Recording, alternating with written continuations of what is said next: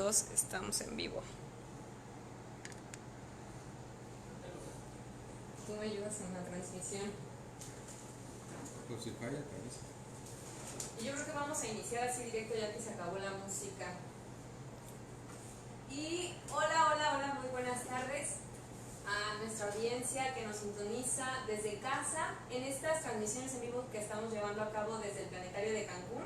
Esta vez le tocó actividad a nuestra aula de realidad virtual, un espacio que también tuvo que terminar o estar cerrado debido a la contingencia sanitaria en la que nos encontramos en este momento. Y bueno, estamos haciendo diferentes productos, estamos compartiendo diferentes actividades desde el planetario, y en esta ocasión les decía que esta aula de realidad virtual la hemos convertido en una cabina de radio.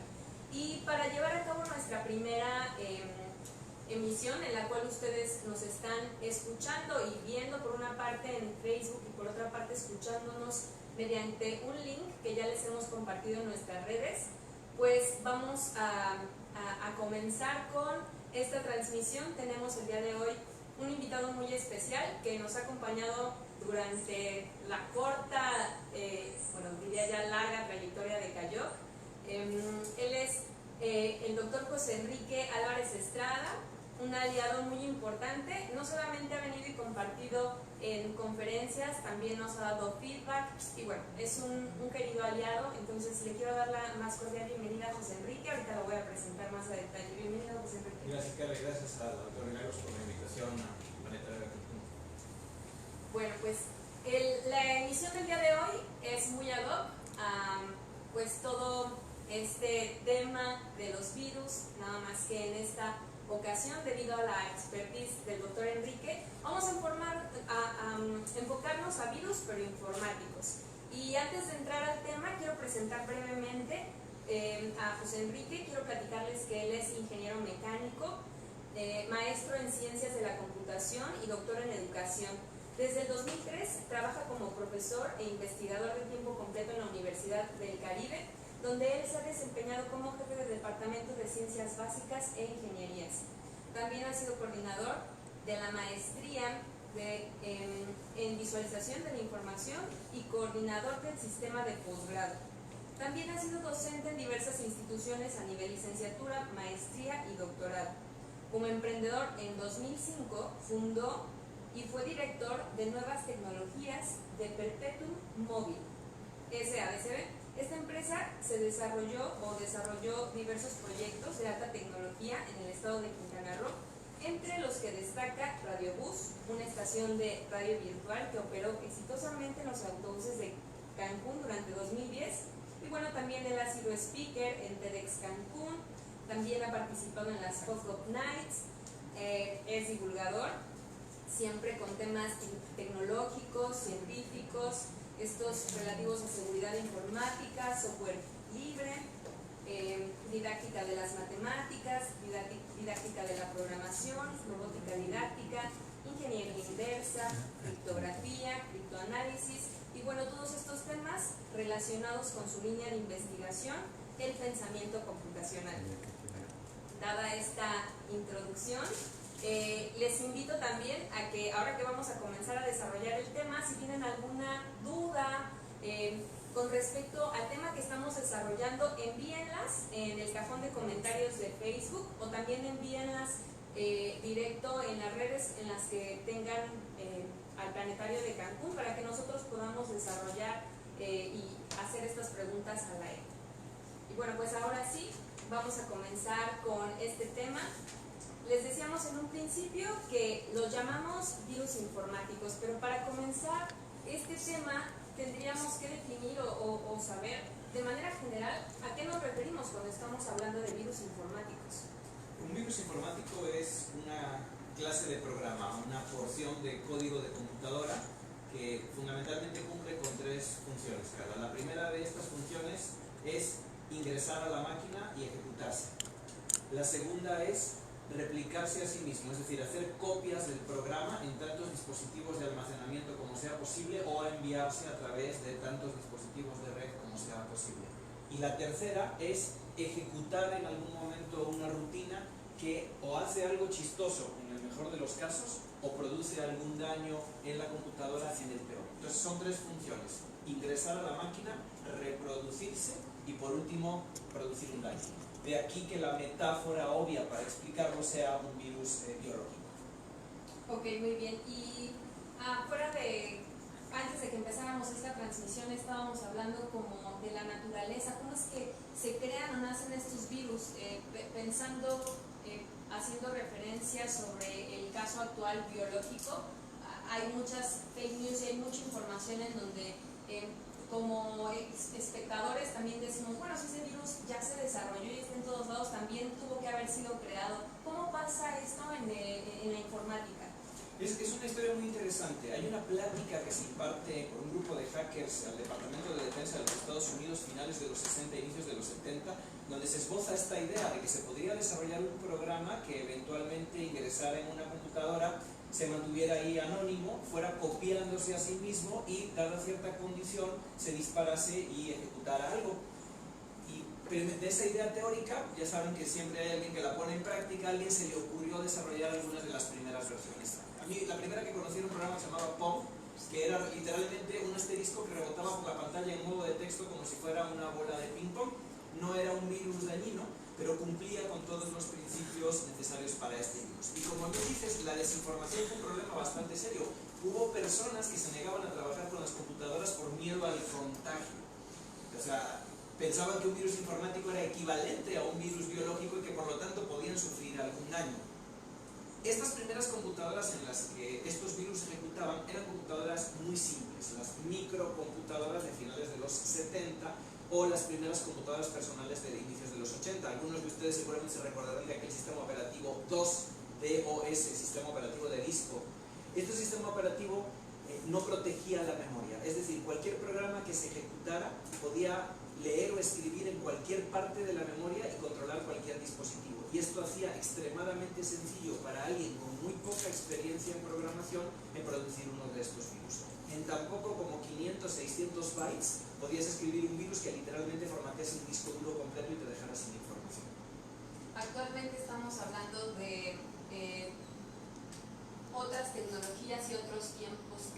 ¿Cuál ha sido la evolución desde a partir de esto que nos platicas hasta ahora? ¿Qué es lo que podemos encontrar en el mercado?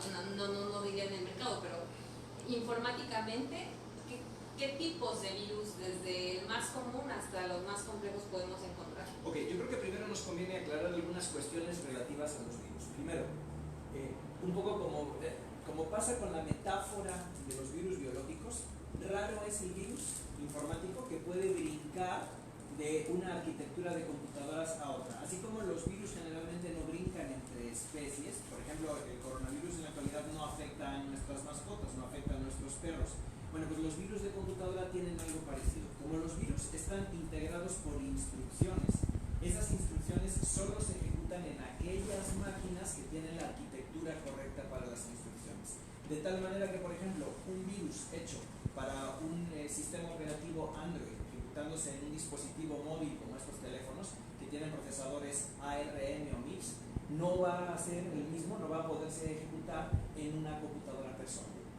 Antes, cuando Apple utilizaba su propio procesador que se llamaba PowerPC para sus Macs, los virus de PowerPC tampoco se podían ejecutar en las arquitecturas Intel x86 que nosotros tenemos. Entonces, un virus está ligado necesariamente a la arquitectura de la computadora en la que está y no se puede brincar de una arquitectura a otra. El otro asunto es, así como está ligado a la arquitectura, al hardware, también está ligado al sistema operativo, al software. Por lo tanto, aunque tengas una máquina con procesador Intel Mac y tengas una máquina con procesador Intel Windows y tengas una máquina con procesador Intel Linux, el virus no va a funcionar más que en alguno de esos sistemas operativos, pero no en todos. Aquí la parte interesante, y que es lo que la mayoría de la gente desconoce, es por qué sucede esto. Una idea muy propia del pensamiento computacional es dividir los problemas en capas. Entonces, uno puede imaginarse al hardware de la computadora como si fuera la planta baja de un edificio, al sistema operativo como si fuera el primer piso y a las aplicaciones de usuario como si fueran el segundo piso. Cuando una aplicación de usuario quiere usar algo que está en la planta baja, es decir, cuando le quieres decir a un disco, quiero guardar estos bytes, no lo hace directamente. La aplicación se lo solicita al piso intermedio, que es el sistema operativo, y el sistema operativo es el único autorizado para grabar o para leer el dispositivo. Entonces, los virus dependen del sistema operativo. Los virus necesitan interceptar lo que el sistema operativo hace para poder producir el daño o la réplica de sí mismos. Entonces, cuando tú tienes un virus para un sistema operativo en una arquitectura, ese virus no se va a poder propagar a sistemas operativos de arquitecturas diferentes. Ok. Y esto, regresando a el tema de propagación, o entre, tú dices que necesita estar estructurado de acuerdo a donde vaya a funcionar o dependiendo del sistema operativo. ¿Qué sucede cuando hay este tipo de virus? Por ejemplo, una vez a mí me pasó, hace ya mucho tiempo, tratando de configurar una de mis primeras máquinas, que era una, yo le decía la Lentium, bueno, todas eran las Lentium, ¿no? Y tenía otros aparatos que estaban conectados a sí misma, y un malware o virus, malware es una palabra correcta para llamar a todos los virus. Sí, de hecho el virus es una clase de malware, de varias posibles, que discutiremos si quieres un poquito más adelante. Entonces podríamos decir que como que el central es el malware y de ahí se diversifican diferentes tipos de virus. Sí, un virus es una clase de malware, como un gusano es una clase de malware, y hay varias variantes de malware. En general, malware viene de ahí, ¿no? De un software que produce algún tipo de mal. Ok. Y lo que ocurrió en esa ocasión es que todos los dispositivos que estaban conectados sufrieron como esa consecuencia, y me imagino que es porque hay niveles, ¿no? Que es un poco lo que te decía en un principio, ¿no? ¿Qué tipos de estos virus existen? Sí, lo que sucede es que la fuente de ataque principal del virus normalmente no es la aplicación. La aplicación de usuario es la manera de entrar a la computadora, pero si el virus realmente quiere propagarse, necesita interceptar al sistema operativo, necesita reemplazar aquella parte del sistema operativo que controla los dispositivos. Por ejemplo, hay una parte del sistema operativo que se encarga de controlar el sistema de archivos, es decir, qué archivos se guardan y qué archivos se leen. Si el virus consigue interceptar esa llamada que hace la aplicación le dice, sistema operativo, quiero que guardes este archivo. Si en medio de los dos se cuela el virus le dice al sistema operativo, sí, guarda este archivo, pero además pégale este fragmento de código que está aquí, que soy yo mismo. Y ahí es donde ocurre la replicación. Entonces, el ataque va siempre sobre el sistema operativo. El asunto es que en la actualidad los sistemas operativos se defienden muy bien. Cuando el sistema operativo se instala a sí mismo, no permite que las aplicaciones lo modifiquen. Si una aplicación intenta modificar el sistema operativo, el propio sistema operativo la mata. De hecho, la llamada que se utiliza es así, kill, la asesina, la mata. Una vez que eso ha ocurrido, la aplicación no sigue funcionando y por lo tanto el virus no se propaga. Pero ¿qué sucede si el hacker que desarrolla el virus sabe que hay algún recoveco, algo que no se programó bien, y consigue colocar el virus ahí? El virus se coloca entre la aplicación y el sistema operativo, o peor aún, entre el sistema operativo y el hardware, y entonces lo que sucede es que cada vez que la aplicación o las aplicaciones mandan a escribir algo, el virus se propaga con ello. Ahora viene la segunda parte, la parte del ataque. Hay gente que ha sido muy ocurrente. Por ejemplo, hubo un virus que se llamaba Michelangelo, que era famoso porque se activaba el día del cumpleaños de Miguel Ángel Buonarroti, del artista. Entonces, ¿qué hace el virus? Comprueba la fecha del calendario, y cuando la fecha encaja en aquella que le ha programado el hacker, entonces dispara la rutina que hace el daño. Y nuevamente, para eso tiene que haber podido interceptar al sistema operativo. Por ejemplo, si tú tenías conectados dispositivos USB, existe una parte del sistema operativo que se llama el device driver, el manejador del dispositivo del USB. Si el virus es capaz de entrar ahí, puede neutralizar, y por lo tanto todos los dispositivos USB que deberían de poder hablar normalmente ya no van a poder hablar con las aplicaciones. Entonces ahí el chiste del virus es encontrar ese hueco, esa falla de programación inicial del sistema operativo para colarse por ahí y realizar una intercepción. Bueno, pues ¿qué les parece todo esto que estamos aprendiendo el día de hoy sobre virus informáticos? Vamos a realizar un pequeño corte de estación. Como se pudieron dar cuenta en un inicio,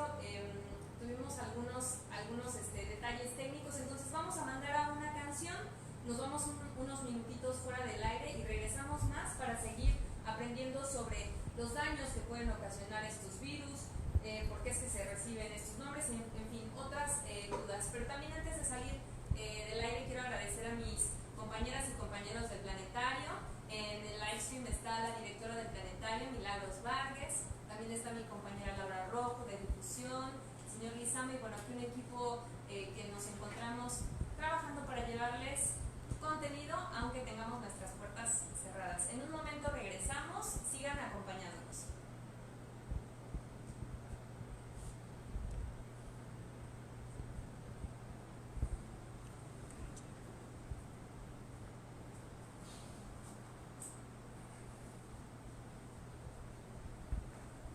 No sé si se le puede poner a la transmisión en vivo o pausa.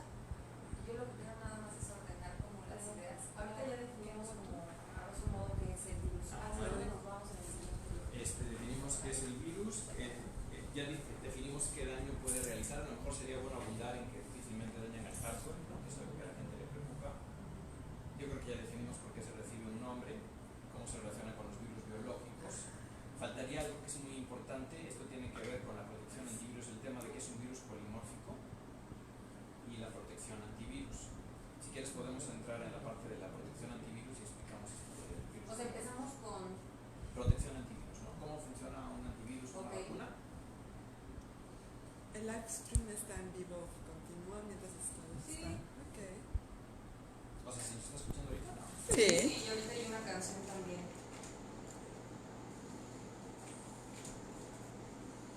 Nos quedan un minuto para regresar. Sobre todo, esto es importante porque mucha gente empieza a decir es que mi máquina se puso muy lenta. Si entienden lo que está haciendo el antivirus, van a entender por qué su máquina está muy lenta. Ok. O sea, el antivirus en muchos casos es peor el remedio que la enfermedad, ¿no? Sí.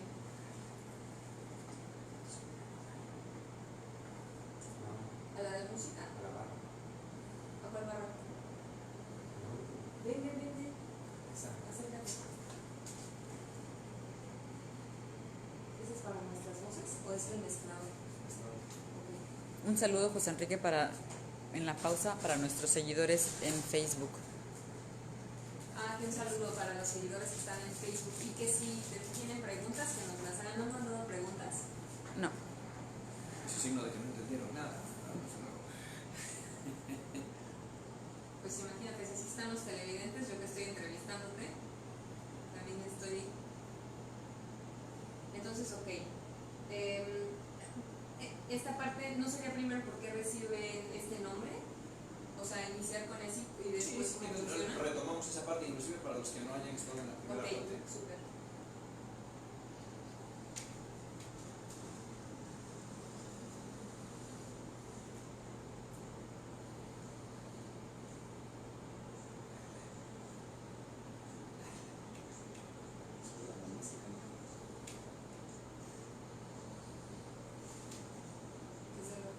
Desde aquí está todo, pero es que por eso te pregunté, ¿desde el mezclador o desde dónde? ¿Desde acá? Sí. ¿Sí? Sí. ¿Se escucha? ¿Más?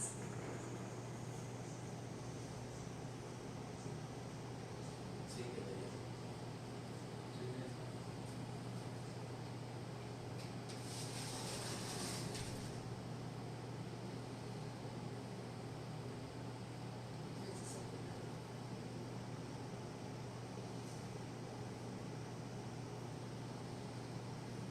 Segundos. Algunos comentarios más. Esto me manda por WhatsApp, live stream. Si hay alguna pregunta, tú me dices, ¿no? Porque casi no puedo moverle aquí o sea, no puedo entrar. Desde aquí hay ningún Pregunta. dispositivo que tenga... En los avances del machine learning e inteligencia artificial se puede crear una tecnología que analice el virus y entonces genere una cura. Vamos a ver, el antivirus, estaremos hablando de virus informáticos, supongo. ¿Y cuáles son los antivirus más recomendables? Evidentemente gratuitos. Ya ves, decía yo que iba a decir sobre esa parte. Y si nos ayudas, y si entras tú y nos ayudas de pronto con las preguntas. Sí. está disponible. Bueno, habíamos puesto como que una distancia, Ok. Una medio Tipo, metro. ajá. Pero esto no se puede mover. No, sí, ese sí. eso sí. Y como ya no está fijo. Ya se le dije a la otra. Milagro se tenía que acercar a mí, pero llamaron por teléfono. Susana distancia. Está de moda Susana ahora. Sí. Y Ajá. vamos a regresar en 5, A Mauri. 4, Conectado. 3. Pamela Vázquez.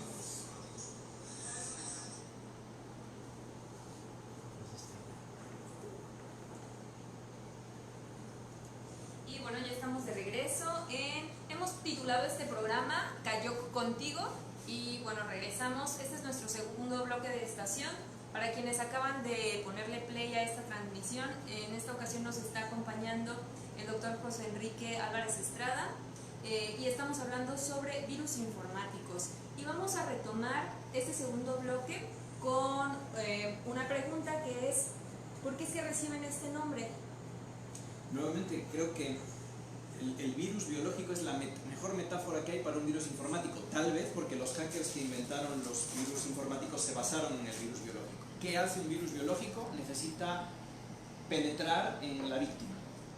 Lo mismo tiene que hacer el virus informático, tiene que encontrar una manera de ejecutarse adentro de una computadora. Una vez que está adentro, lo que hace es se replica a sí mismo. Lo que un virus hace es convierte una célula en una fábrica de nuevos virus. También el virus informático se replica a sí mismo. ¿Cómo? Interceptando la parte del sistema operativo que copia o graba archivos o que copia o envía por redes. Y la tercera cosa es que el virus biológico produce un daño, de alguna manera destruye células, algo hace, y también el virus informático produce algún daño que fue programado con antelación. Entonces, las tres cosas que son ingresar en el huésped, replicarse y producir el daño son iguales en el virus biológico que en el virus informático. Ok, y aquí llamamos entonces un virus polimórfico. Eso es un detalle importantísimo. ¿Cómo le hacen las vacunas o los antivirus para detectar un virus? Cuando un técnico informático se da cuenta de que hay un virus en ejecución, tiene que revisar toda la memoria de la computadora y encontrar el bloque de instrucciones que definen al virus. Comentábamos al inicio que el virus son instrucciones de máquina que se ejecutan solo para cierta arquitectura. Entonces, de algún modo, sabes y dices, estos 500 bytes que están aquí no deberían de estar, no forman parte del programa original, son el virus que se pegó. Entonces, háganse cuenta que le toman una fotografía a esos 500 bytes y lo convierten en un patrón. Y entonces, de ahora en adelante, cada vez que hay una computadora que es sospechosa de tener el virus informático, se recorre toda su memoria o todos sus archivos y se va comparando lo que contienen con este patrón. Si encuentras el patrón, sabes que el virus está ahí y simplemente lo borras, lo cancelas, lo pones en ceros o borras el archivo completo. Entonces, en esta guerra del gato y el ratón, los programadores de virus dijeron, si la forma en la cual me detectan es porque mis instrucciones siempre forman un mismo patrón, ahora voy a escribir un virus que se modifique a sí mismo, que cambie el orden o la posición en la memoria de las instrucciones, y eso se llama un virus polimórfico. En un virus polimórfico, el virus, además de propagarse, se propaga pero cambiado. Y entonces cuando llega el analizador de patrones ya no encuentra exactamente el patrón que estaba buscando, y a un analizador de patrones muy sencillo lo puede engañar. Un buen antivirus tiene que tomar en cuenta todos esos posibles cambios y tiene que encontrar si el virus se encuentra ahí aunque se haya modificado a sí mismo. O sea, es como si se camufla. Claro, que es un poquito lo que nos pasa con los virus de la familia de la gripe, ¿no? ¿Por qué no hay una vacuna eficiente? Porque el virus se modifica a sí mismo constantemente, altera su ADN, altera su estructura. Los virus informáticos copian este comportamiento. Tienes el virus que de repente hace un salto a una parte de la memoria, en esa parte de la memoria no hace nada útil, pero se regresa. Pero el hecho de haber saltado y regresado ya despistó al antivirus, que no lo puede encontrar. Entonces, los buenos antivirus tienen que tomar en cuenta estos posibles despistes, estos polimorfos, estos cambios de forma que tiene el virus, y tiene que poderlo predecir. El problema es la cantidad de recursos informáticos que requiere un antivirus para estar haciendo todas esas comprobaciones en los centenares de miles de archivos que pueden estar contenidos en una computadora. que ahora podemos entender por qué cuando tenemos un antivirus se convierte en tan lenta o tiene una relación. Así es, en muchos casos los antivirus hacen que sea peor el remedio que la enfermedad, porque se están ejecutando de manera constante, y esto significa que la primera vez que los ejecutamos, el antivirus, los antivirus, la comunidad de personas de seguridad en informática se comparten estos patrones y forman bases de datos de patrones. Básicamente todos los antivirus de todas las marcas utilizan las mismas bases de datos de patrones. Lo que cambian de uno a otro son las rutinas para verificar los posibles polimorfismos. Entonces, cuando tú instalas un antivirus, lo primero que hace es recorrer todos los archivos de tu máquina y toda tu memoria comparado contra toda esa base de datos de patrones. Imagínense el trabajo inmenso que es si tienes 100.000 archivos instalados y estás cotejando 700 tipos de virus. Es un trabajo monumental. Pero segundo, hacen otra operación más. Cuando han encontrado que un archivo está libre de virus, quieren asegurarse de que si el virus ingresa después lo puedan detectar. Entonces realizan un cálculo matemático sobre los bytes que forman el virus. Esto se le conoce a veces como un checksum o una suma de verificación, y lo guardan en algún lado. Y entonces de aquí en adelante, cada vez que abres, modificas o lees el archivo, tienen que ir y cotejar contra ese número. Si la suma de verificación es la misma, significa que no ha sido alterado y por lo tanto el archivo es seguro. Pero si no, tienen que alertar, y ahí es donde te lanzan las famosas alertas. Todo eso es un trabajo monumental, es una cantidad enorme y exigente de trabajo que le estamos pidiendo a nuestra computadora, y que por supuesto la va a hacer muy lenta. ¿Quiénes son como, en todas las actividades, toda la gente utilizamos nuestros equipos de manera muy distinta? Pienso en quiénes de todos estos usuarios que existen son los más vulnerables o los que están como constantemente atacados como por virus. Por ejemplo, yo en mi computadora, pensando ahorita en la cabina de radio, los sistemas instalados son como muy básicos. ¿Qué necesitaría tener o qué acción tendría que hacer cualquier persona para que estuviera tan vulnerable o propenso a ciertos virus? De hecho, una de las principales razones por las cuales ingresan virus a las computadoras es por la instalación de software pirata. Las personas, con tal de ahorrarse el pago de una licencia o el esfuerzo de aprender a usar un software libre equivalente, tienden a conseguir versiones piratas. Muchas de estas versiones piratas, primero, ya fueron hackeadas. ¿Qué quiere decir esto? Que un experto informático ya entró en esas instrucciones que forman el programa, localizó aquellas partes del programa que te piden una contraseña o un registro y las deshabilitó. Un técnico informático que tiene esa capacidad, con mucha facilidad, además de alterar esa rutina, puede pegarle al programa ejecutable un virus. Y entonces ese programa se convierte en lo que a veces se llama un troyano o un caballo de Troya. Nuevamente una metáfora tomada en este caso de la historia, ¿no? Estás introduciendo un programa a tu computadora que, sin tú saberlo, es una fábrica de nuevos virus que se van reproduciendo en todos los demás. Entonces, en México el problema número 1 de virus se debe al software pirata. Después, en muchos casos, otro mecanismo de distribución es los archivos que vienen anexos, como correos electrónicos, como attach de WhatsApp y demás. Aunque uno vea esos archivos, por ejemplo, con la extensión JPG, pensando que es una imagen, es muy fácil que alguien, un malora, como dicen, cambie la extensión .exe por una extensión .jpg, el archivo te llega, tú piensas que es un JPG, le das doble clic esperando que se va a abrir en tu visor, pero el sistema operativo se da cuenta de que no es un JPG, se da cuenta de que es un ejecutable y lo ejecuta. Y el resultado es que tú no ves que se abra la imagen, pero en ese no veo que se abre la imagen, ya se ejecutó el virus y ya se instaló en alguna parte del sistema.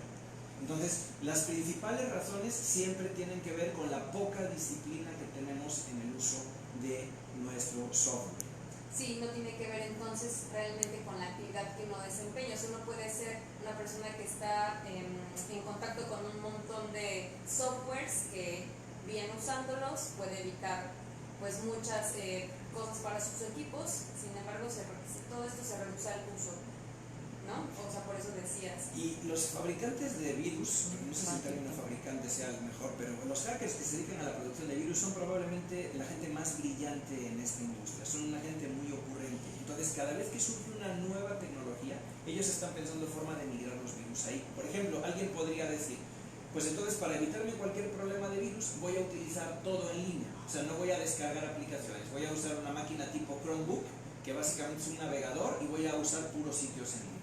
Sí, pero esos sitios ocupan en las páginas web códigos escritos en un lenguaje que se llama JavaScript. Ese JavaScript que se tiene que descargar a mi máquina para ejecutarse en el interior del navegador puede traer a su vez alguna variante de estos virus. Por ejemplo, los adwords que constantemente me están lanzando anuncios o me están redirigiendo hacia páginas a las que no quiero ir. Entonces, el problema de esto es que en esta carrera del gato y el ratón, los hackers llevan toda la ventaja porque tienen todo el tiempo del mundo para explorar las vulnerabilidades y tratar de aprovecharlas. Bueno, pues vamos a recibir algunas preguntas de redes sociales, entonces nos va a ayudar Laura Rojo a contarnos estas preguntas. Sí, ¿qué tal? Pues un gusto aquí estar acompañándoles en esta primera transmisión de Cayó Contigo, y las preguntas que estamos aquí verificando en nuestro Facebook es ¿cuáles son los antivirus gratuitos que más se recomiendan? Esa es una de ellas. Y la otra pregunta que nos hace la mamá de Mauri, la doctora Montesinos, es si las iMacs son menos factibles que tengan contagio de virus. Dos muy buenas preguntas. Por cierto, un saludo enorme a todo el auditorio que nos está haciendo favor de acompañar. Si tú eres un hacker que estás pensando en hacer un virus, algo que podríamos discutir es cuál es la motivación de un hacker para hacer un virus. Hay el que se quiere volver famoso, hay el que se quiere volver rico, son digamos que las dos motivaciones fundamentales que encontraríamos, pero en cualquiera de los dos casos a ti te interesa atacar el mercado más amplio, es decir, el sistema operativo o la aplicación que mayor número de personas vayan a emplear. ¿Cuál es el sistema operativo número 1 de uso en el mundo en estos momentos? Pues Microsoft Windows, así que es altamente más probable que tengamos un virus en Windows a que tengamos un virus en iPad. Pero simplemente es por una situación estadística. En la medida en que un sistema operativo se populariza más, es más propenso a que se desarrollen virus para él. Eso sin tomar en cuenta la calidad del diseño de ese sistema operativo y la velocidad con la cual se puede reparar o se puede parchar. La segunda pregunta, ¿cuál es el mejor antivirus? Y fíjense que ya apareció la palabra gratuito aquí, ¿no? Ya están pensando en cómo piratearse el antivirus también, pensando en que a lo mejor, y ese es un tipo de virus posible, que el antivirus que tú piensas que te va a proteger, en lugar de estar haciendo el reconocimiento de patrones, está pegando los patrones y está reproduciendo a los virus, por lo tanto. Yo lo que les diría es esto: apuesten por un sistema operativo que tenga menos virus. Es decir, mucho del trabajo que se realiza en la actualidad con una máquina Windows se puede hacer con una máquina Linux. Linux es un sistema operativo mucho menos propenso a los virus. ¿Por qué? En buena medida porque es menos popular y no es tan rentable hacer un virus para Linux como hacer un virus para Windows. Habrá una relación a lo mejor de 100 a 1 en el número de máquinas de uno contra otro. Pero además hay otra diferencia que me parece que es muy importante señalar, y es que este tipo de software, que a veces llamamos open source o de código fuente abierta, tiene una ventaja, y es que cualquier persona con conocimientos informáticos suficientes puede detectar un problema de seguridad y lo puede reparar. En el caso de sistemas operativos cerrados, como es el caso de Android, como es el caso de Mac OS o como es el caso de Windows, es una sola compañía la que posee el código fuente y por lo tanto es la única que le puede hacer cambios, parches o modificaciones. Esto quiere decir que desde que tú detectas una vulnerabilidad hasta que aparece un parche que soluciona esa vulnerabilidad, se puede pasar un periodo de tiempo de semanas. Y en esas semanas esa vulnerabilidad puede estar mucho más expuesta a una gran cantidad de ataques. En el caso de sistemas operativos de código fuente abierta, la persona que detecta la vulnerabilidad puede inmediatamente crear el parche y liberarlo. Esto hace que el periodo de tiempo de respuesta sea mucho mayor. Esta metáfora se conoce como el nombre de la catedral y el bazar, que por cierto es el nombre de un libro que pueden ustedes descargar de manera gratuita en internet, que lo escribió Eric Raymond, explicando estos dos modelos de desarrollo de software. El modelo cerrado, el de Microsoft, el de Android, el de MacOS, es como una catedral, ¿no? Si tú lo observas desde afuera, pues se ve muy bonita, muy elegante, tiene sus sacerdotes, pero su velocidad de respuesta es muy pobre. En cambio, el modelo del software libre, el modelo del bazar, aparenta ser mucho más desorganizado, mucho más horizontal, pero sus tiempos de respuesta son mucho mayores. Entonces, más que preocuparse por cuál es el antivirus gratuito que me va a solucionar el problema, hoy, pues yo más bien me preocuparía de cuál es el sistema operativo que me va a resolver el problema a un plazo más largo. José Enrique, ¿quiénes son o cuáles son las empresas que desarrollan estos antivirus? Bueno, hay varias muy conocidas, probablemente McAfee sea una de las más reconocidas, están ahí casi desde el inicio. Yo debo decirles que yo utilizo Windows desde hace más de 20 años, trabajo casi exclusivamente con Linux, y Linux, si bien no es invulnerable a los sistemas operativos, sí es mucho más robusto, en el sentido de que se defiende mejor y salen los parches más rápidos. Así que no estoy muy al día respecto a marcas, respecto a versiones de antivirus. Algo que sí se ha dicho mucho y que creo que es un punto que conviene discutir es si no serán las propias empresas que se dedican a los antivirus quienes producen los virus como una manera de mantener el negocio funcionando. Y esto es una situación que todavía en la actualidad se discute mucho en los foros de seguridad informática y de los hackers. Porque ciertamente hay algunos virus cuyo nivel de conocimiento técnico y de creatividad dista mucho de ser el del aficionado, el del muchachito que está programando esto en su casa. Entonces, yo tengo mis reservas respecto a las empresas que producen antivirus porque su nivel de conocimientos es lo suficientemente alto como para producirlo. Y aquí nuevamente regresamos al modelo biológico y algo que se ha venido discutiendo mucho últimamente con este COVID-19, y es si no es un virus de laboratorio, un virus creado. Todos los virus informáticos por definición son de laboratorio o son creados. Eventualmente se podría desarrollar tecnología de inteligencia artificial que creara sus propios virus informáticos, pero es complicado de hacer. Todos ellos son desarrollados por programadores. La pregunta es si son hackers de sombrero rojo o son hackers de sombrero blanco. Claro. No sé si tengamos alguna otra pregunta de nuestros seguidores. No, de momento. Y si no, podríamos platicar, bueno, creo que ya lo platicaste de una forma en un principio, cómo funcionaban estas vacunas. Creo que ya no, bueno, no sé si quisieras volver a comentar algo así. Me gustaría que platicáramos acerca de un tipo especial de virus que se puso muy de moda hace un par de años, que se llama ransomware. Seguramente han escuchado mucho hablar acerca de él. A mí me gusta mucho porque, como leías al principio, un tema que me interesa mucho es la criptografía y el criptoanálisis. La criptografía es una tecnología que se desarrolló hace muchos miles de años. De hecho, uno de los sistemas criptográficos más antiguos se llama la clave cesárea, en honor de Julio César. Imagínense qué tan antiguo es. Pero la criptografía consiste básicamente en escribir algo de tal manera que solamente lo pueda leer aquel que sabe cómo leerlo. Entonces, a esto se le denomina cifrar un documento. El ransomware es un tipo de virus muy elegante que cuando ingresa a tu máquina, en lugar de dañar tus archivos, lo que hace es cifrarlos. Pero se guarda para sí la contraseña. Entonces te encuentras ante una paradoja inmensa, donde tienes tu computadora, puedes ingresar a ella, pero no puedes leer ni uno de los archivos que se encuentran en ella porque están todos cifrados. Y el único recurso que te queda es pagar al hacker que los cifró para que te libere la clave y entonces poder acceder a tus propios archivos. Digo que es elegante, aunque sea perverso, porque en realidad no está produciendo, técnicamente hablando, ningún daño a los archivos. De hecho, uno podría considerar lo contrario, los está protegiendo contra una lectura indebida. El problema es que aquí la lectura indebida es aquella que realiza el propio propietario del archivo. Y entonces esto lo convierte en una paradoja. Y nuevamente, los creadores de ransomware lo que dicen es, pues, usuario descuidado que le da doble clic a cualquier cosa que recibe, ¿no? O que encuentra uno de estos correos electrónicos de ejecuta esta aplicación gratuita y vas a tener Windows gratis durante 6 meses.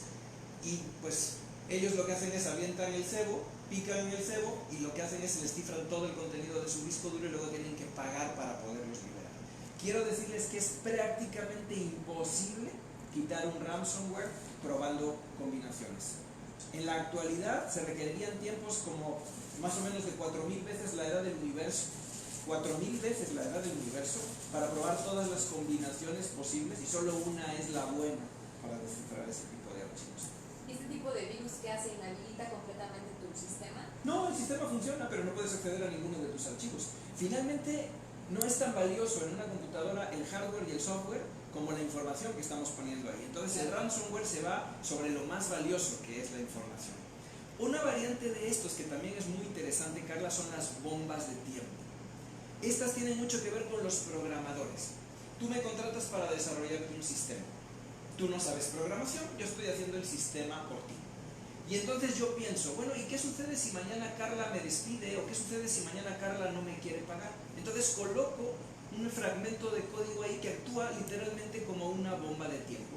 Si yo periódicamente no le doy a esa bomba de tiempo un retraso, un delay, la bomba se va a activar. Entonces, en el momento en el cual Carla me corre, Carla se queda sin su sistema. Esto es ilegal, está penado por la ley, pero se sigue haciendo y es muy difícil de detectar cuando se está desarrollando software, a no ser que realices una adecuada auditoría. Una variante de esto son las llamadas backdoors o puertas traseras. Aquí el programador no hace un virus, sino deja deliberadamente una posibilidad de ingresar al sistema desde afuera del sistema y de manera no legal, digamos. Entonces, con esto, pues tú me despediste, pero ahora yo puedo ingresar y puedo leer los números de las tarjetas de crédito que está almacenando tu sistema de ventas por internet. Y esa información la puedo extraer. Se ha comprobado, se ha sabido que las propias empresas que desarrollan software, ya sea sistemas operativos o sean aplicaciones, dejan deliberadamente algunos de estos backdoors para enviarse ellos mismos información acerca del uso que los usuarios están dando de los programas, lo cual nuevamente también es ilegal. Entonces nos encontramos ante una industria que tiene una ética muy particular, que más que en blanco y en negro se mueve en tonos de gris. Sí, que seguramente con muchos años de desarrollo, o sea, van a ir así como vayan tapando esas puertas, van a quedar abriendo otras por cómo se mueve tan rápido y se desarrolla esta tecnología. Y también hay que ver la contraparte de esto. Seguramente mucho de nuestro auditorio ha escuchado el concepto de, a mí no me gusta mucho la traducción, pero de rutear su Android. Bueno, el Android poca gente lo sabe, pero no lo desarrolló Google. Google compró una pequeña empresa de unos hackers que eran unos emprendedores y que desarrollaron Android. Android combina dos ideas muy interesantes: el núcleo de un sistema operativo Linux, que funciona muy bien, muy estable en casi todas las máquinas, Intel y de otras arquitecturas, y la tecnología de desarrollo de software de Java. O sea, Android es una mezcla de Linux y Java. Cada app de Android está hecha en Java y se ejecuta como un proceso dentro de una máquina Linux. Y esto en teoría debería de ser una plataforma, una cuestión muy robusta. Sin embargo, tiene un montón de fallas de seguridad presentes. Una de estas fallas es, en los sistemas operativos Linux existen múltiples usuarios y a cada usuario se le da un nombre, pero hay un usuario especial que es el usuario root, raíz, R-O-O-T. Este usuario tiene derecho a hacer lo que quiera con la máquina. Root puede formatear el disco duro si quiere. El usuario J. Álvarez, o el usuario Carla, o el usuario Laura no puede, pero root sí. Entonces, cuando tú compras un teléfono celular, este teléfono trae un usuario que los fabricantes le pusieron, pero que no es root. Ese usuario tiene capacidades limitadas en el uso del teléfono. Si tú consigues mediante algún truco hacerte del usuario root y ejecutar los programas como root, tú tienes un poder inmenso sobre este teléfono. Mucha gente dice, ¿por qué entonces no me dan la cuenta de root cuando compro un teléfono? Y a mí me parece que éticamente deberían de hacerlo. Pero el asunto es que los fabricantes del teléfono quieren ponerle restricciones para poder limitar lo que tú haces o para poderte imponer cosas. Por ejemplo, este teléfono que yo tengo trae instaladas una serie de aplicaciones de fábrica para venta de productos que yo no quiero tener, que están ocupando espacio de mi memoria. Y lo que el fabricante dice es, ¿quieres un teléfono en 1.300 pesos? Te vas a tener que chutar las aplicaciones que yo le ponga. Los hackers lo que dicen es, pues eso será mientras yo no consiga la contraseña de root, porque una vez que consiga la de root la puedo quitar. Entonces la gente dice, bueno, pues voy a rootear mi teléfono. Rutear el teléfono significa que tienes que modificar el sistema operativo y adivinen qué puede pasar cuando modificas el sistema operativo. Te entran virus. Claro.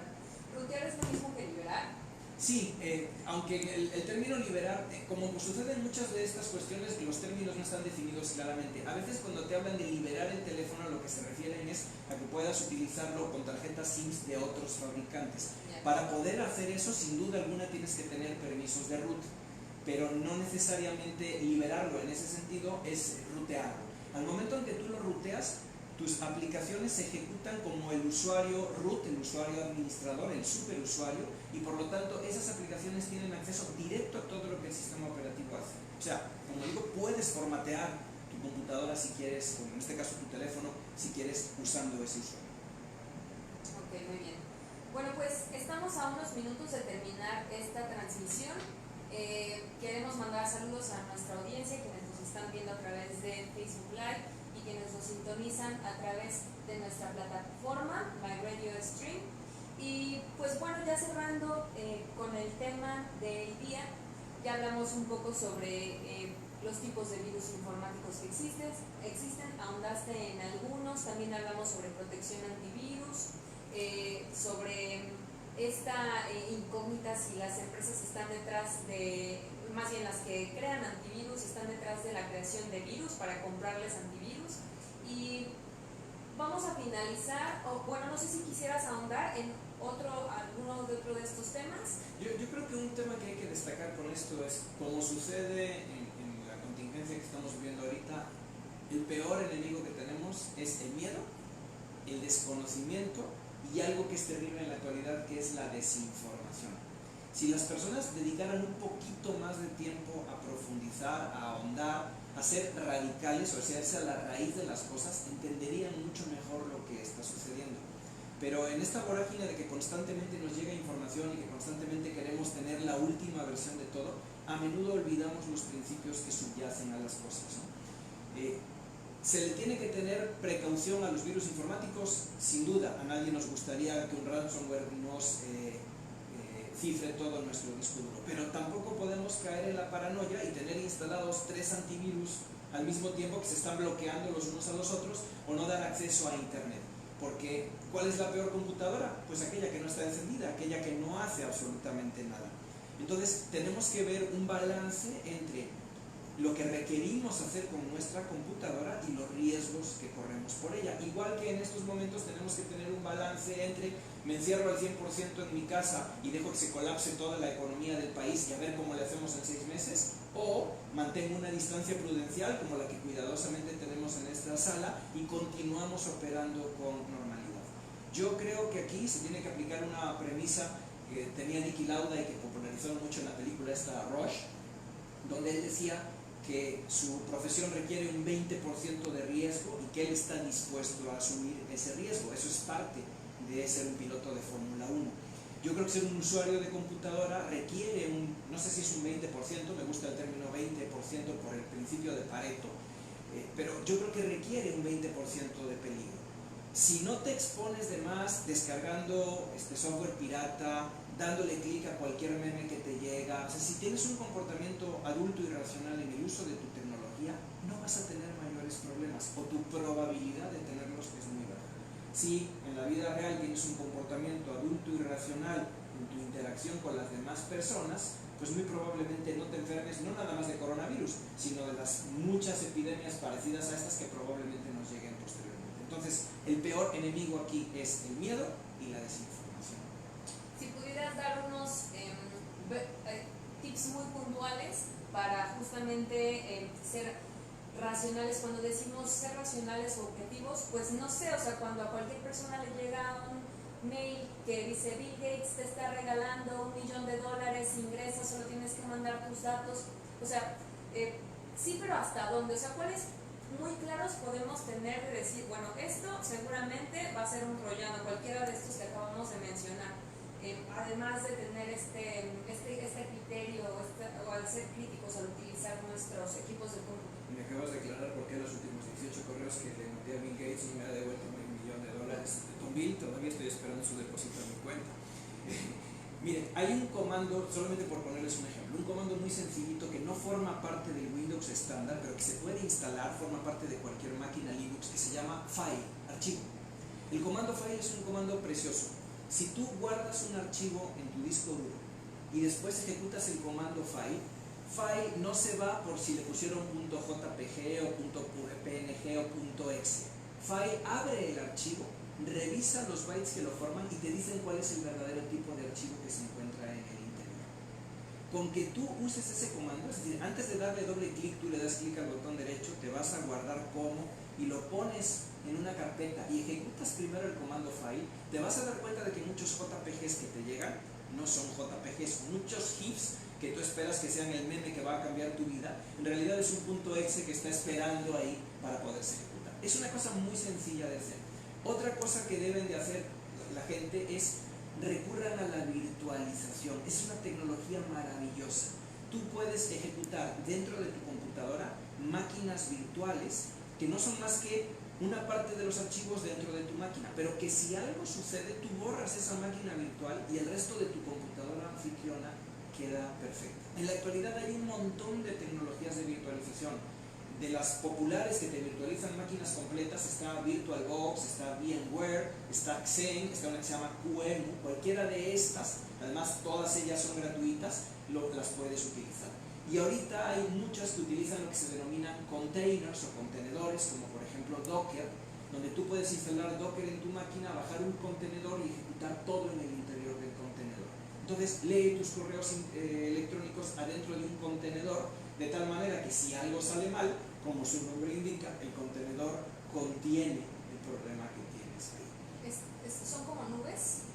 No, digamos que en la nube lo que tú haces es todo lo que tú tienes lo transfieres a computadoras que se encuentran en enormes centros de datos en algún otro lado. Aquí lo que haces es más bien es que adentro de tu computadora tienes pequeñas computadoras en software que utilizas para fines específicos. Si algo sale mal con esa computadora en software, ese huésped, así se le llama, tú borras ese huésped, instalas uno nuevo y tu problema está resuelto. Entonces, usar contenedores y leer realmente qué tipo de archivo es antes de abrirlo, con el comando file, por ejemplo, son las dos mejores medidas de seguridad que se me ocurren. ¿Y qué hacemos con los pop-ups o estas ventanas emergentes que nos sorprenden de pronto cuando andamos navegando? Pues el famoso adware, ¿no? Ahí muy probablemente el código JavaScript que estamos descargando esté ejecutando ese tipo de cosas. Casi todos los navegadores incluyen algún tipo de plugin o algún tipo de add-on que permite mantener bajo control este tipo de situaciones. Nuevamente, ser cuidadosos. Otra muy mala costumbre que ha adquirido la gente es, como pones Google como tu página raíz, aunque te sepas la dirección, no la teclean en la parte de arriba, la teclean en el buscador de Google, solo por la flojera de que Google te envíe como primera respuesta lo que estás haciendo y darle clic. Con que tú evites eso y escribas directamente en la barra, te vas a quitar un montón de adware que te va a estar dando lata constantemente. ¿Por qué? Porque Google tiene que mantenerse de alguna manera. En este negocio se acostumbra a decir mucho que cuando un sitio o un servicio en internet es gratis, el producto eres tú. Entonces, ¿de qué vive Google? ¿De qué vive Facebook? ¿De qué vive? Pues vive de venderle publicidad a compañías que necesitan perfilarnos. ¿Por qué nos perfilan? Pues porque nos estamos regalando información constantemente cuando hacemos todas estas búsquedas.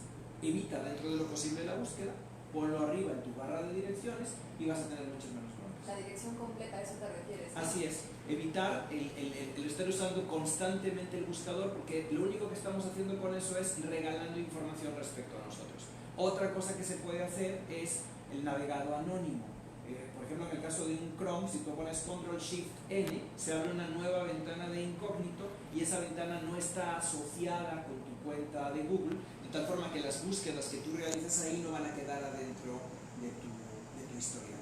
Por supuesto, podríamos hablar mucho más de esto. Hay un navegador especial que se llama Tor, que funciona como si fueran capas que van moviéndose de servidor a servidor y que anonimiza todo este proceso. También se podría utilizar Tor. Yo particularmente no lo uso, mi nivel de paranoia no llega a tanto, pero puede ser una solución para algunas personas. O sea, podríamos resumir que el navegador incógnito nos soluciona mucho eso y utilizar las direcciones completas directamente en donde colocamos el URL, ¿no? Correcto, irse directamente en la dirección, borrar periódicamente la caché de la máquina, que además está ocupando una gran cantidad de espacio en disco. A veces tienes 500, 600 megas de páginas predescargadas ahí, darles una limpiadita a todo eso también. Súper. Bueno, pues estamos a unos minutos de terminar nuestra primera emisión. Queremos agradecerte mucho porque hayas sido el padrino de esta estación o de los pininos de esta estación. Digo, vamos a seguir transmitiendo mientras sigamos en este periodo de contingencia. Ya sabemos que lo importante es mantener la calma y, como dice José Enrique, no dejar de hacer nuestras actividades, sino más bien ser precavidos para que no nos paralice el miedo.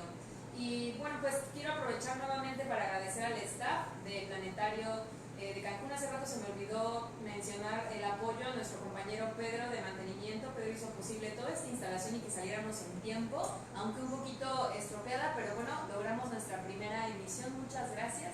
Nuevamente, gracias José Enrique por apoyarnos. También gracias mi compañera Laura. ¿Algún mensaje que tengamos que leer de redes sociales? Pues nada más recordarles que Cayó Contigo está durante esta contingencia y bueno, pues diario nos pueden sintonizar a las 4 de la tarde. Martes y jueves es una vez más esta estación de radio nueva que hoy arrancamos, que hoy inauguramos, pero también tendremos otras actividades porque la estación de radio es martes y jueves a las 4 de la tarde y a las 4 de la tarde lunes, miércoles y viernes pueden sintonizar en la misma página de Facebook otras de nuestras actividades. Por ahí chequen nuestro programa que está publicado y cada semana, en tanto lo podamos hacer, seguir haciendo esta colaboración, lo estaremos haciendo para acompañarles en casita. Y pues nada más, eso es todo. Mañana tenemos una charla con Tania Martínez, si bien recuerdo. Carita, recuérdame, es No recuerdo. sobre nuestros solsticios es eclipses. Bueno, pues eso sería todo por nuestra primera transmisión. La directora Milagros Vargas estuvo detrás de live stream de Facebook. Nos despedimos y nos vamos a dejar con esta canción. Fue la que encontré a la mano muy ad hoc para este primer programa. Es de Led Zeppelin, se llama Thank You. Nos vemos hasta la próxima.